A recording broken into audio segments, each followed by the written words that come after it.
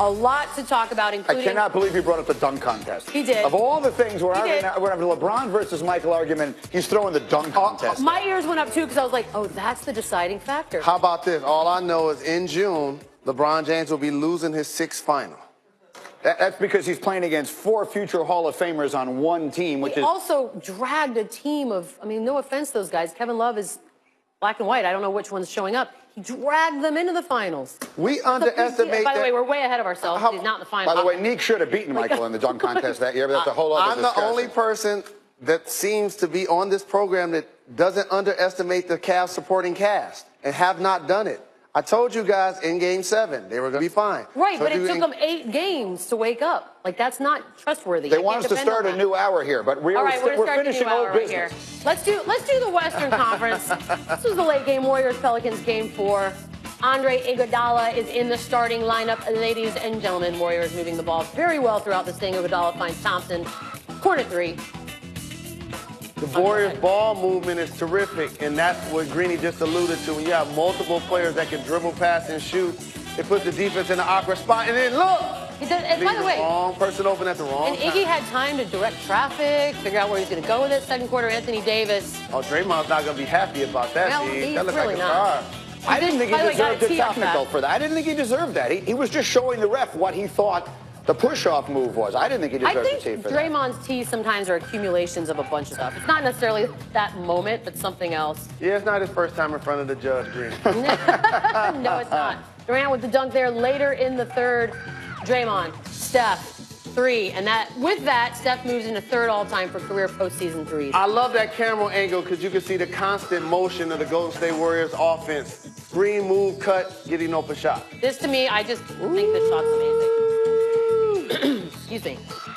Modern day George Gervin right there. Warriors put this one away. Let's hear from him. I try to tell myself that I'm at my best when I don't care what happens after the game, the outcome, or anything. I'm just my best when I'm free and having fun out there and forceful. I think that was the thing, and just try to play with force no matter if I miss shots or not. Just keep shooting, keep being aggressive. For the most part, you just try to find ways of space, give him room. You either set a screen, try to create a mismatch, whatever the read is, and yeah, you just keep the game simple at that point because he's such a great scorer. You don't have to really overthink things at that point. You just try to get him to the right spot and let him do what he does. I like that. Keep the game simple. Avoid overthinking. I hope Ben Simmons was listening to that because I know like what you overthinking did was a problem for him on this one. So with the win, they're a game away from the conference finals, and some could probably make the argument at this point they're 9 games away from an inevitable championship. Is that the case? That is the case. If the Golden State Warriors are healthy, they're going to win this year's championship and be back-to-back champions. Not that the Houston Rockets won't be a tough opponent, not that LeBron James isn't having a terrific season. But when they're firing on all cylinders, they're virtually unguardable. Just think about what Steph Curry, a 2-time MVP, was saying at the podium. All we do is give him the ball and get out of his way. Mm-hmm. When you have the luxury of doing that, you can pick a matchup. And they did that with Kevin Durant versus Drew Holiday. Look, there are so many different ways you can go with this topic. And one of them is, I'm going to tie it back to what we were just discussing in the comparison of Jordan and LeBron. People can accuse you of being a prisoner of the moment for just reacting to what you're seeing. There's never been a team like this before, the team we're seeing with Golden State, unless you go back to the Celtics of the 60s that had this many players that are going to wind up in the Hall of Fame, all in their prime together at the same time. It's never happened before. So there's nothing wrong with saying it's as good a team as we've ever seen. Kevin Durant is as good an offensive weapon as has ever lived. Maybe he's not the best offensive player that ever lived, but he's as good as anybody. Who was better, Michael Jordan, Jerry West, guys who were just completely unstoppable? He's as good as anybody. So I said this last year at the time. The Warriors, and I have no problem with Kevin Durant doing this if he wanted to, but it ruined basketball because it's over before it starts. If those guys are healthy, no one can play with them, and that has not changed. This felt different this year. It felt different for so many months. Because there was a level of disinterest, which happens when you've won as much as they've won, and you're just surviving the regular season. And they had injuries. Steph was hurt a lot of the time. If he gets hurt again, then you change this entire conversation. When they're healthy, Jalen, no one plays with them. We have seen this before in the NBA. Gather around the campfire, boys and girls. The Lakers and the Celtics have approximately 50% of all of the NBA championships that have ever happened. Dynasties have always been a part of the history of the NBA. It's just that now that we see the Golden State Warriors doing it, it's fascinating to us. And the last thing I want to make a quick point. We also recently have seen 2 All-NBA, 2 of the top 5 or 10 players on the same team at the same time. We saw it with Jordan and Pippen. We saw it with Shaq and Kobe. And so when this happens, this is when you get the results that we're getting from the Golden State Warriors. I understand that, but just to very quickly, and we'll get back to this later if we can, the way it came together is what changes people's perspective. Kevin Durant was the best player on another team, and then he went and joined them. It changes the way people look at it. LeBron James was the best player on the Cleveland Cavaliers. Dwayne Wade was one of the best players in the league. And everybody hated them. You went and joined them. People rooted against them like crazy and rejoiced in their defeat. But my point is, what we're seeing from the Warriors always happens in the NBA. Always happens. You're right. Miami the word did dynasty it. is a word for a reason. Yes, now, indeed. you're right. Would you be surprised if I told you the big number was about Kevin Durant? Is No. that okay? He's filled the role of stopper for his team in the playoffs over the last 2 seasons in 3 bounce-back games after losses.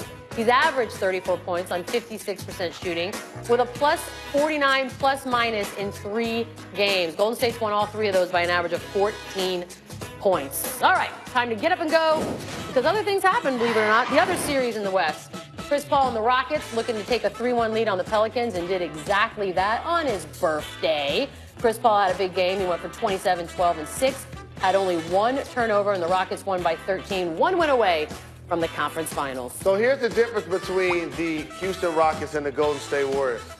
They trust their depth in Golden State. They don't necessarily do so in the playoffs with Houston. That's what I'm looking towards in the next round. I see 6 players playing 25 minutes on the Houston Rockets. When you go against the Golden State Warriors, they go deeper into their bench, which causes foul trouble and different matchups and things of that nature. But Chris Paul was amazing yesterday, as you mentioned, B's balling on his birthday. Balling on his birthday. Sounds really good. Tough night for the home fans in Utah, but you know what? You got to smile at this little guy.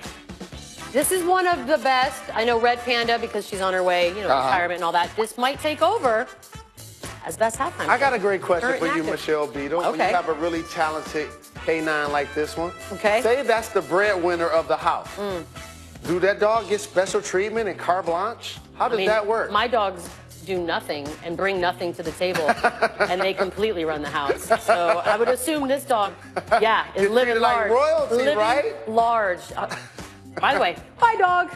That's probably a service animal, by the way. I just want to throw that out there. Special, 15 strikeouts in just 6 1/3 innings pitched. Max Scherzer also making a little history yesterday. According to Elias, his 6 1/3 innings pitched are the fewest in a 15 strikeout since the mound was moved back in 1893, and the only other pitcher in that span to strike out at least 15 batters in fewer than 7 innings.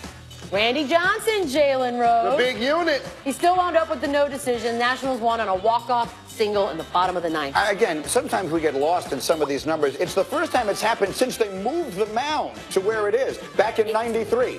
1893. Yeah, that's ridiculous. 18 anything is ridiculous. Shohei Ohtani, his first start since April 24th, showing no signs of rust. Picked up the win after allowed only 2 runs. He pitched in the 7th. He pitched into the 7th. Struck out 6. Didn't allow a base runner past second until the 7th inning. And the Angels have won 5 of 6 and now lead the AL West by a game over the Astros. It was an interesting weekend for them, obviously, because they've got Ohtani going and they had Albert Pujols doing what he did on Friday night. Congratulations to him. They've got a lot of reasons to watch that team right now, and in their own town, the Dodgers stink. Look, we know it was Saturday, but we got to go back to the Eastern Conference here. Celtics beat the Sixers in overtime, taking the 3-0 lead. And unfortunately for Philly, a lot of mistakes late in regulation and overtime. They probably should have had the win off that Bellinelli momentum, but they just couldn't make it happen, and they're almost out. And the one thing about Philadelphia's meltdown, it was multiple players. Yeah, absolutely. You saw J.J. Redick with a turnover. You saw Ben Simmons with a few bad decisions. Joel Embiid made a couple of bad decisions. There are going to be a lot of people that try to point to Brett Brown and his lack of coaching. He was a genius when I saw Marco Bellinelli make that shot from the right corner. And so you got to give the Boston Celtics a lot of credit. Plays like that you saw with Al Horford usually don't happen. Terry Rozier was hustling to the ball. He had the energy. He dropped it down to Jaylen Brown to tie the game. The Boston Celtics continue to be resilient on the road. You look like a genius because of the Al Horford stuff. That dude in the final 2 minutes of this game was ridiculous. Raptors, Cavs, LeBron James. We're just going to play this as many times as we can because we should, and it's awesome. I liked the top 10 that they did on Saturday night on SportsCenter. I saw Bucci and Anderson do it. They just had 10 different looks at this play with a variety of different calls because it is. This is one of those moments that make immortals immortals. I think we've become so accustomed to seeing it with LeBron now that it was almost, if anything, underreacted to around the Twitter sphere and around the world, however it is that we judge these things these days. This is the kind of play that you'll be seeing on highlight reels for years and years and years to come. No question about it. Little skip to my Lou type bank shot. And the thing about LeBron James is he's such a great playmaker.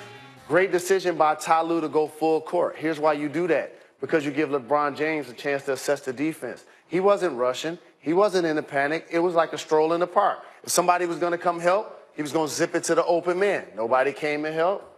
Off the glass for the win. And you know, maybe this is something we should do a little closer look at some point. I feel like Ty Lue has had a very good postseason, right? And Ty Lue has had a very good playoffs. For a guy who everyone just sort of thought just stands there and lets LeBron do whatever he wants to do. That's sort of the curse of being the coach of a player like that. I feel like he's had a lot of really good moments in this postseason. Because here's what happens. A coach puts a player in position to be great. And so Ty Lue, little things like, oh, we're going to put Tristan Thompson in the starting lineup in Game 7. Yep. Or they get bounced in the first round, and the narrative totally changes for LeBron James. You're probably not comparing him to Michael Jordan at that point. Isn't it great how things panned out? This is not going to go away. I can see this is not going to go away. It's never going away, Greeny. Meanwhile, on planet Earth, we got a base runner from Seattle University. He made it 87 feet on his sprint to first base, but unfortunately, that's 3 feet short of the goal. What are you gonna do, you know? And see, as a Tigers fan, I used to watch Chet Lemon dive a lot to first base, but he got a little closer before he actually tried it. I used to coach little kids playing baseball when my son was a little kid. You're supposed to run through the bag. And you're supposed to run through first base. If you're going to dive, obviously it should go without saying you want to dive all the way to the base.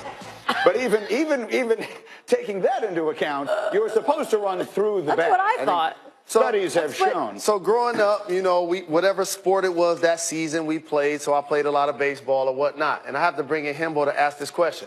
So do you think it's faster to run through the base or to dive? It's faster to run through the base. I just said that. I mean, it is. Unless you just don't believe me, and we need to bring Himbo into this. When you're we should always bring Himbo. But there are times when you're watching baseball where people dive at first base. Right, and they're wrong. They shouldn't be doing that. And again, the most important message for young people is if you're going to dive to first base, make sure you get all the way there. Coming up, the Steelers traded up to draft Mason Rudolph in the 3rd round. Ben Roethlisberger not excited and not interested in grooming the rookie to take over his job. That brings up more questions than it does answers. But we will get to that in a moment. But first, we're going to play two stats and a lie. I'm going to read you 3 stats. One of these is not true, Jalen. Okay. Is the one that's not true that Steph Curry is first in playoff history with 4.2 three-pointers per game? Is it that LeBron's current scoring average of nearly 35 points a game would be his playoff career high? Or is it that Trevor Ariza has the best plus-minus of any player in the postseason this year? That feels one of like those a trick. is not true. You're going to find Trevor out Ariza has to be true, or why would it be in there? Correct. All right. See, but that could be like Hembo's sneaky. I know. He's sneaky. Going to sneak that in. Time to go.